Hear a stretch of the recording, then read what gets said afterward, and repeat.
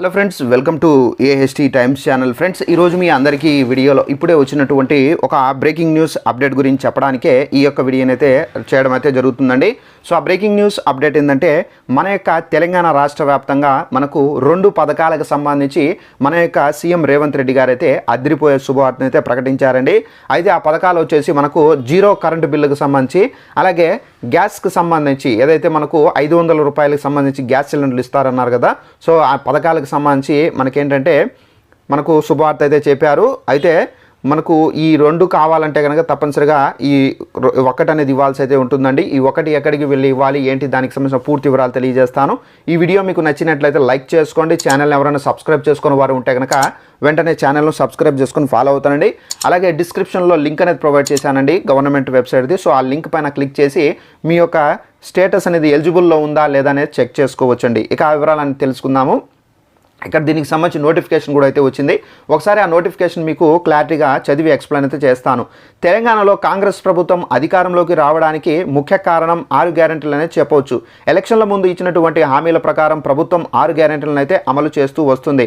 ముందుగా మహాలక్ష్మి పథకంలో భాగంగా మహిళలకు సంబంధించి ఉచితంగా ఆర్టీసీ బస్సు ప్రయాణ సౌకర్యాన్ని అయితే కల్పించారు. తర్వాత ప్రజా పరిపాలన పేరిట డిసెంబర్ చివరి వారంలో దరఖాస్తులను ఆహ్వానించారు. అలాగే వీటి ద్వారా గృహజ్యోతి కింద 200 యూనిట్ల వరకు ఉచిత కరెంటు, ఆరోగ్యశ్రీ పరిధి పెంపు లాంటి పథకాలను అమలు చేశారు. అయితే దరఖాస్తులో చాలా వరకు తప్పులు దొరలడంతో చాలామంది ఈ పథకాలను దూరం అయ్యారు. సో అలాగే దీనికి సంబంధించి ఈ క్రమంలో ప్రభుత్వం వారికి మరొక అవకాశం అయితే కల్పించారు. ఆదిలాబాద్ కలెక్టరేట్ సిపిఓ కార్యాలయం ఇటీవల కలెక్టర్ ప్రజాపాలన సేవా కేంద్రాన్ని ప్రారంభించారు. దరఖాస్తులో తప్పుల కారణంగా చాలామంది పథకానికి సంబంధించి దూరమయ్యారని, వారికి మరో అవకాశం అయితే కల్పించాలని చెప్పేసి అయితే నిర్ణయం అయితే తీసుకున్నారు. అయితే ఈ పథకానికి సంబంధించి వీరు తమ వెంట ఆధార్ కార్డు, రేషన్ కార్డు, విద్యుత్ connection bill, gas connection bill xerox తీసుకొని ప్రజాపాలన సేవా కేంద్రంలో సవరణలు చేసుకోవాలని చెప్పేసి సూచించారు. అయితే వీటితో పాటు ఆయా మండలాల్లోని మీ సేవా కేంద్రాల్లో కూడా తమ యొక్క దరఖాస్తులను సవరించుకునే అవకాశాన్ని అయితే కల్పించారు. తప్పులు దొర్లిన వాటిలో ముఖ్యంగా 200 యూనిట్లు ఉచిత బిల్లుకు సంబంధించినవే చాలా అయితే ఉన్నాయి. చాలామంది అవగాహన లోపంతో మనకు యుఎస్సి నంబర్లు, సర్వీస్ నంబర్లు తప్పుగా ఇవ్వడం జరిగింది. దీంతో వాటిని సవరించుకోవడానికి అవకాశం అయితే కల్పించారు. ఉపాధి కోసం పట్టణాలు వెళ్ళి వారు కూడా తమ దరఖాస్తుల్లో తప్పులు ఉన్నందు కారణంగా సవరించుకోవాలని చెప్పేసి తెలిపారు. వీటిని పరిశీలన చేసిన తర్వాతే వచ్చే నెల నుండి జీరో బిల్లు, కరెంటు బిల్లు అయితే వస్తుందన్నారు.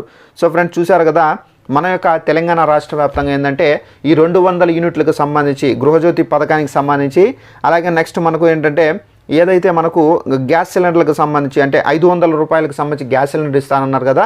ఈ పథకానికి సంబంధించి చాలామంది కొన్ని తప్పుల కారణంగా వాళ్ళు అప్లై చేసుకోవడానికి మిస్ అయ్యారు. అలాంటి వాళ్ళు ఎవరైనా ఉంటే కనుక కరెక్షన్ చేసుకొని మళ్ళీ మీరు అప్లై చేసుకునే విధానాన్ని కూడా అయితే మన యొక్క సీఎం రేవంత్ రెడ్డి గారు అయితే కల్పించడం అయితే జరిగిందండి.